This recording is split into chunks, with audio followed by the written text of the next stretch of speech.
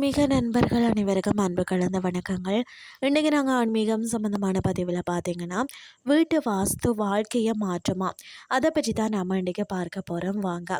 இன்றைய காலத்தில் பலர் கவனிக்காமல் விடக்கூடிய ஒரு முக்கியமான விஷயந்தான் வீட்டு வாஸ்து. இது ஒரு மூட நம்பிக்கை அல்லங்க, மாறாக பண்டைய இந்திய அறிவியலில் ஒரு பகுதி. இன்றைக்கி நாங்கள் பார்க்க போகிறது வீட்டு வாஸ்து வாழ்க்கையை உண்மையிலேயே மாற்றுமா என்பதை ஆழமாகவும் தெளிவாகவும் பார்க்கலாம். வாங்க.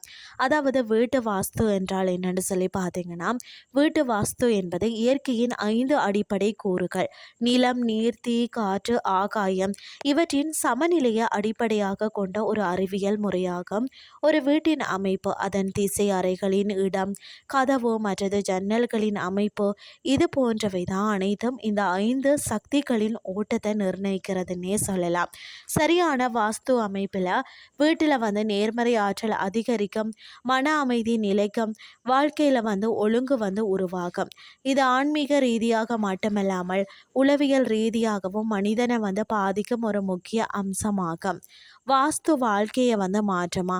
இந்த கேள்விக்கு நேரடியான பதில் ஆம் அப்படின்னு தான் சொல்லணும்.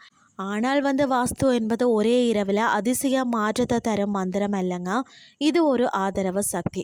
சரியான வாஸ்து அமைப்பில் வாழும் போதோ உங்கள் சிந்தனை முறை மேம்படும், மன அழுத்தம் குறையும், முடிவெடுக்கும் திறன் உயர்கிறது, புதிய வாய்ப்புகளை கவனிக்கும் திறன் அதிகரிக்கும்.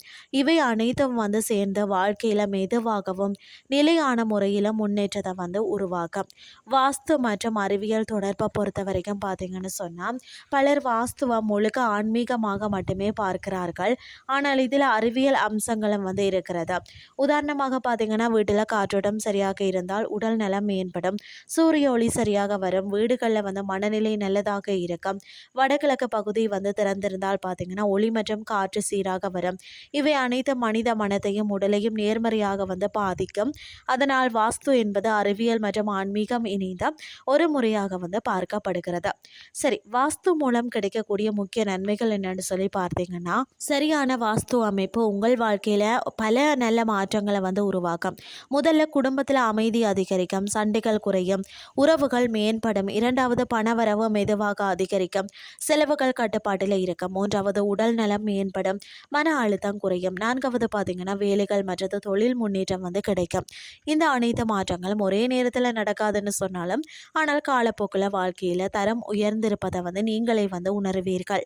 சரி, தவறான வாஸ்து ஏற்படக்கூடிய அந்த பாதிப்புகள் என்னன்னு சொல்லி பார்த்தீங்கன்னா, வீட்டில் வாஸ்து குறைகள் இருந்தால் அது வாழ்க்கையில் பல பிரச்சனைகளை உருவாக்கலாம். அடிக்கடி காரணம் தெரியாத சண்டைகள் ஏற்படலாம், பணவரவு இருந்தாலும் சேமிப்பு இருக்காது, மன அமைதி குறைந்து எப்போதுமே கவலை நிலையில் இருக்கலாம், உறவுகள் பாதிக்கப்படலாம். சில நேரங்களில் பார்த்தீங்கன்னா உடல்நல பிரச்சனைகளும் அதிகரிக்கலாம்.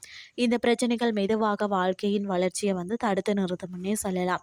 வாஸ்து குறைகளை சரி செய்வது எப்படின்னு சொல்லி பார்த்தீங்கன்னா, வாஸ்து குறைகளை சரி செய்ய பெரிய மாற்றங்கள் அவசியம் இல்லைங்க. சில எளிய மாற்றங்கள் தான் பெரிய பலனை தரும். என்னென்னு சொல்லி பார்த்தீங்கன்னா, வீட்டை எப்போதுமே சுத்தமாக வச்சிருக்கிறது மிகவும் முக்கியம். வடகிழக்கு பகுதியை திறந்த மற்றது இலகுவானதாக வைத்திருக்க வேண்டும். தேவையற்ற பழைய பொருட்களை அகற்றணும். நுழைவு கதவு சரியான திசையில் இருக்கணும். ஒளி மற்றும் காற்றோட்டம் சரியாக வருவது உறுதி செய்ய வேண்டும்.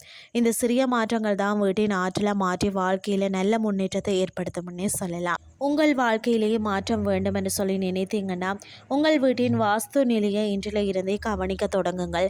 சரியான வழிகாட்டுதலுடன் வாஸ்து திருத்தங்களை செய்து உங்கள் வாழ்க்கையில் நல்ல மாற்றத்தை இன்றில் இருந்து ஆரம்பியுங்கள் என்று சொல்லி கூறிக்கொண்டு இன்றைய ஆன்மீகம் சார்ந்த பதிவை நிறைவு செய்து கொள்கிறேன். இதே மாதிரி மற்றும் ஒரு ஆன்மீகம் சார்ந்த பதிவோடு உங்களை சந்திக்கிறேன். நன்றி.